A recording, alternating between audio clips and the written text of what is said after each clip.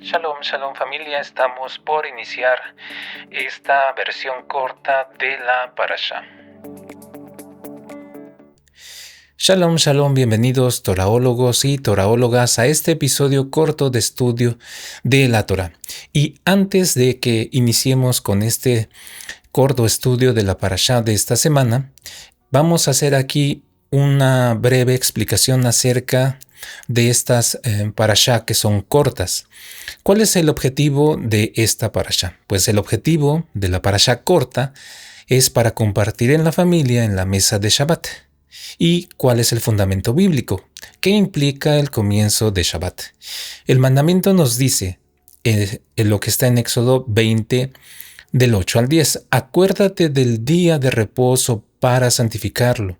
No hagas en él obra alguna. Esto lo encontramos tanto en Éxodo 20:8 como en Levítico 23:3. Entonces, santificar el día, que en hebreo es lekadeshet hayom, que significa o que implica distinguir este tiempo de los días comunes, no es cualquier día. El Shabbat comienza al anochecer del viernes. Esto lo encontramos en Génesis 5:1-5. Y fue la tarde y fue la mañana. Y ahí se completó el primer día. Prohibición de actividades ordinarias. El Shabbat no es solo descanso físico, sino también cesación de ocupaciones, que son regulares, incluso el estudio secular o no litúrgico. Y esto lo encontramos en Nehemías 13:15. Entonces, el Kabbalat Shabbat, la recepción del Shabbat, es un momento de transición espiritual, como literalmente significa Kabbalat, recepción del Shabbat, y se desarrolló entre los siglos I y II como una liturgia para recibir el Shabbat como reina y como novia, inspirado en lo que es el Talmud en el Tratado Shabbat 119a. En ese tiempo, marca un corte radical entre lo secular y lo sagrado, y es el momento de prepararse para lo santo, no para continuar actividades comunes, incluso si son espirituales, pero no litúrgicas. Entonces, enseñar no siempre es lo mismo que santificar. Aunque estudiar Torah es una mitzvah todos los días, como lo dice en Josué 1:8, donde dice: este libro de la ley no se apartará de tu boca, sino que meditarás en él de día y de noche, para que cuides de hacer todo lo que en él está escrito, porque entonces harás prosperar tu camino y tendrás éxito. La forma y el contexto importan en Shabbat según los sabios. Los sabios enseñaron que no se estudia en víspera de Shabbat, después del anochecer, sino que se entra en Shabbat con temor y reverencia. Esto tenemos referencia de la Mishnah en el Tratado Shabbat 2:6. Entonces, en el contexto del primer siglo, en tiempos del Segundo Templo, el estudio público de la Torá ocurría en las sinagogas, pero en los días sábados o Shabbat. ¿Y esto dónde lo encontramos? Lo encontramos en Hechos 13:15. ¿Qué nos dice? Después de la lectura de la ley y los profetas, los oficiales de la sinagoga les mandaron a decir: hermanos, si tenéis alguna palabra de exhortación para el pueblo, hablad. También lo tenemos en Lucas 4:16, que dice: Jesús o Yeshua llegó a Nazaret, donde se había criado, y según su costumbre, entró en la sinagoga el día de reposo y se levantó a leer. Entonces aquí nos damos cuenta de que no era de noche, sino que era de día, porque recordemos, no había luz. Entonces, evidentemente, está en Shabbat, pero es de día. Pero ya dentro del marco del día santo. En la víspera del Shabbat, los judíos del primer siglo preparaban el pan, encendían las lámparas y se retiraban de la actividad. Esto lo encontramos en la Mishnah Tratado Shabbat 1:1.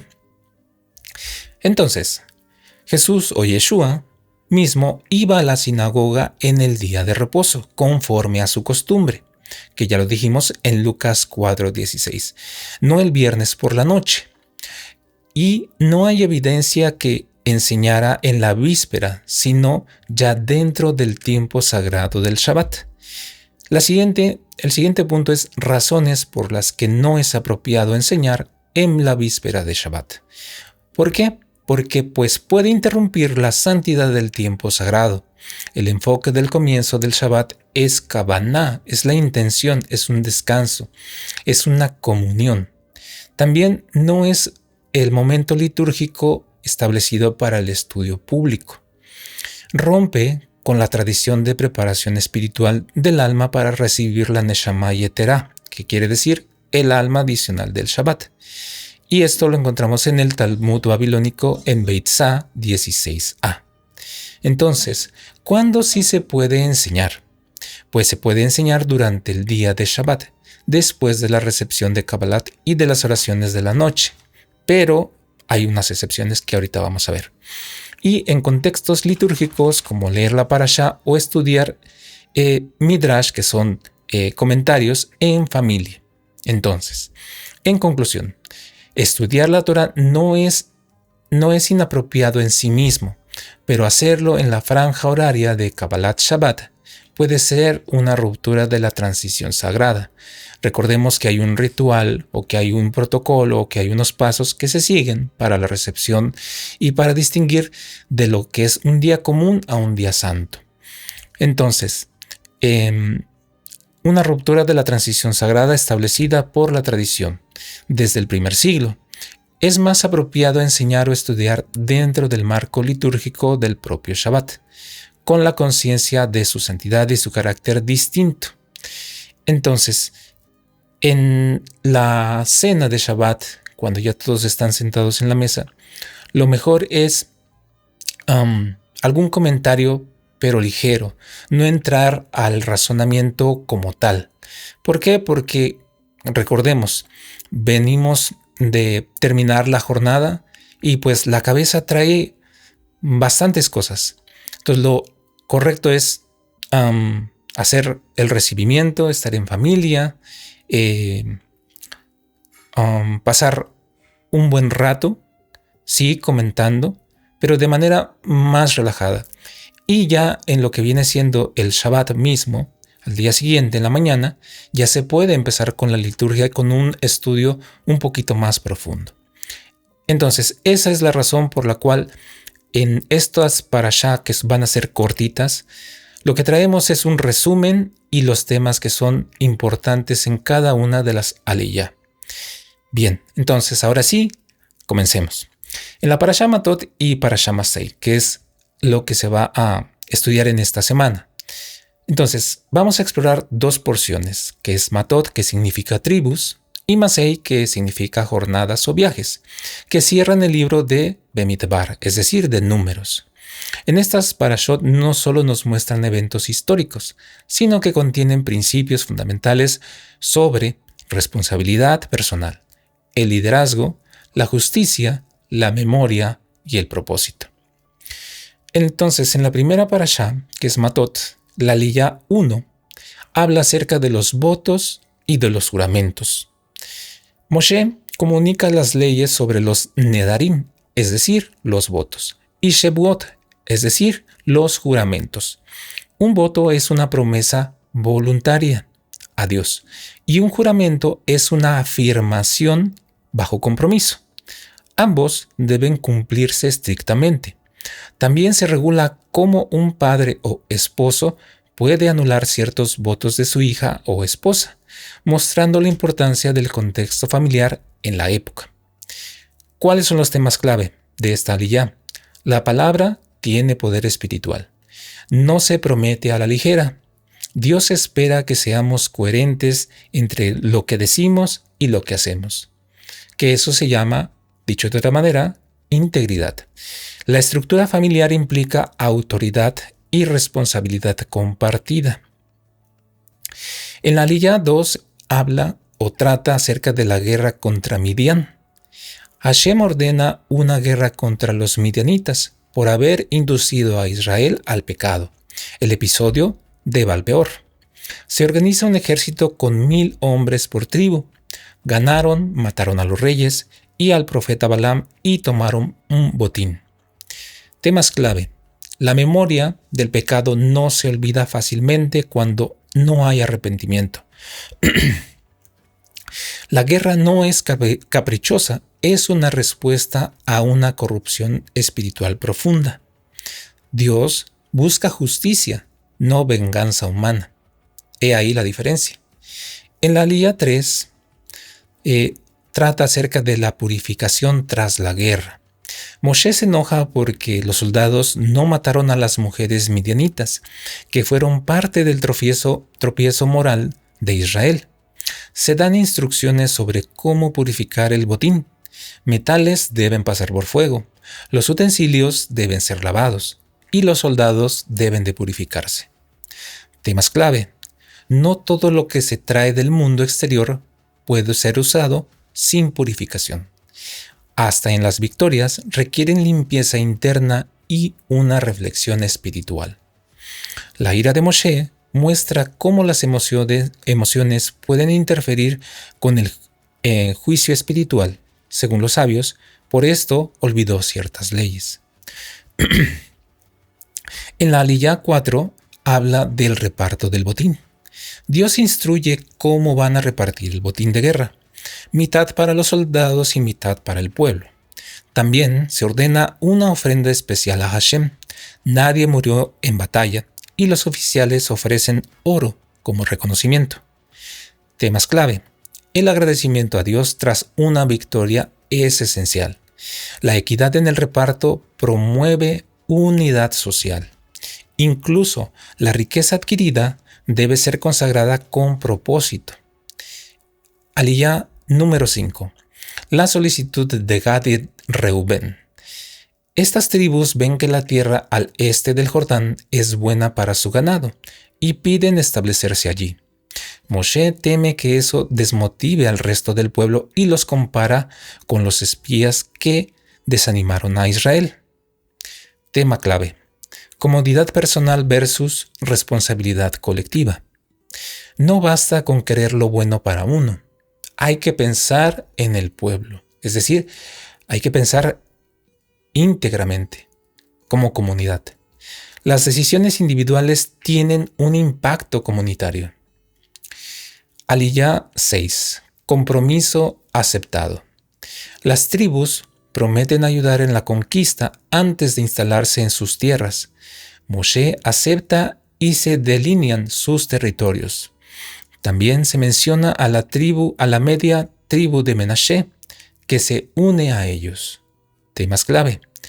Comprometerse con la comunidad fortalece el pacto. Las tribus cumplen su palabra, modelo de lealtad y unidad. La tierra no se recibe solo por pedirla, sino por cumplir el propósito divino.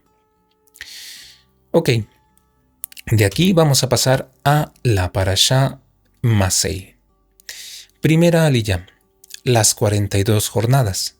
Se listan los 42 campamentos por los que pasó Israel desde Egipto hasta las llanuras de Moab. Cada lugar es testigo de una etapa del crecimiento espiritual del pueblo. Temas clave. La historia se recuerda con detalles para no repetir errores. Cada lugar, incluso los difíciles, tiene un sentido en el plan de Dios. Recordar dónde ha estado te ayuda a saber hacia dónde vas. Aliyá 2 nos habla de instrucciones de conquista. Dios ordena a Israel desalojar a los cananeos y destruir sus ídolos. Advierte que si no lo hacen, los pueblos restantes serán una trampa. Temas clave. Para recibir la bendición hay que limpiar el terreno de lo que contamina. Tolerar lo impuro compromete el propósito. La obediencia parcial produce consecuencias duraderas. Aliyá número 3. Fronteras de la tierra. Se detallan los límites geográficos de la tierra prometida y se confirma la herencia de las tribus de Gad, de Reubén y Menashe al este del Jordán. Temas clave. Dios da territorio con intención divina. Los límites son protección, no es una restricción. Cada tribu tiene un lugar específico, lo que implica identidad y propósito. Aliyah 4. Jefes para repartir la tierra. Se nombran líderes de cada tribu para supervisar la repartición de la tierra. El liderazgo es clave para que el proceso sea justo. Temas clave. El liderazgo no es privilegio, es una responsabilidad espiritual. La tierra se hereda, pero también se administra. Aliyah 5. Ciudades levíticas. Los levitas no reciben una región, sino 48 ciudades repartidas entre todas las tribus, incluyendo 6 ciudades de refugio, para quienes accidentalmente llegan a matar. Temas clave. Aún los servidores del templo deben estar integrados al pueblo. La justicia requiere lugares de protección y proceso justo. El equilibrio entre la ley, gracia y comunidad. Aliyah 6. Leyes sobre el homicidio. Se diferencia entre lo que es un asesinato intencional y accidental. El asesinato debe ser juzgado correctamente. Las ciudades de refugio son para proteger hasta que se haga justicia. Temas clave. Dios es justo, pero también es misericordioso. La vida humana es sagrada y requiere discernimiento legal. Se evita tanto el castigo injusto como la impunidad. Aliyah 7. Trata acerca de herencia y tribu. Las hijas de Zelofehad heredan tierras, pero deben casarse dentro de su tribu para que la herencia no pase a otra tribu. Temas clave. La justicia con las mujeres se mantiene con sabiduría comunitaria. La herencia es más que propiedad, es continuidad de identidad. Bien, reflexión y aplicación. Estas dos parashot nos hacen reflexionar acerca de lo siguiente. ¿Valoro el poder de mi palabra? ¿Prometo sin pensar o cumplo fielmente lo que digo? ¿He olvidado mis propias etapas en el desierto de mi vida? ¿Cómo me han formado? ¿Cómo me han confrontado? ¿Estoy dispuesto a luchar junto a otros por el bien común antes de disfrutar mis bendiciones? ¿Qué ídolos modernos debo remover para heredar lo que Dios tiene para mí? ¿Soy una persona que brinda refugio a otros o que los juzga antes de comprenderlos? ¿Cómo puedo ser un líder justo como los que repartieron la tierra con sabiduría y temor a Dios? Que estas enseñanzas te fortalezcan para vivir con propósito, hablar con verdad y caminar con convicción en el camino que el Eterno nos ha trazado. Shabbat Shalom, que este Shabbat que se aproxima sea un descanso verdadero, de conexión con el Creador y de un tiempo valioso con quien más amas. Recuerda, la fidelidad diaria es parte de la obra eterna que el Creador está construyendo contigo. Que este Shabbat que ya se aproxima sea una delicia y tan dulce como la miel. Nos encontramos en el episodio próximo y aquí te dejo lo que son las fuentes bibliográficas. Hemos tomado fundamento bíblico en el Tanaj con todas estas citas. También tenemos comentarios y exégesis. Aquí están unas cuantas más. También hemos tomado Kabbalat Shabbat y su desarrollo litúrgico. Hay estudios académicos. Tenemos lo que es Alajá y estudio del Erev Shabbat. Hay obras modernas también aquí que se consultaron. Y estudios históricos. Y hay más comentarios y análisis. Y hasta aquí. Entonces, la idea de esta parashá corta es que sea sencilla de platicar entre la familia, entre los hijos, la esposa, el esposo, pues para que poco a poco vaya uno entrando más en el discernimiento de cada uno de los estatutos, leyes, ordenanzas, mandamientos, y que pues pueda ser de edificación para para tu estudio, tu crecimiento espiritual. Y eso sería todo por ahora. Shalom.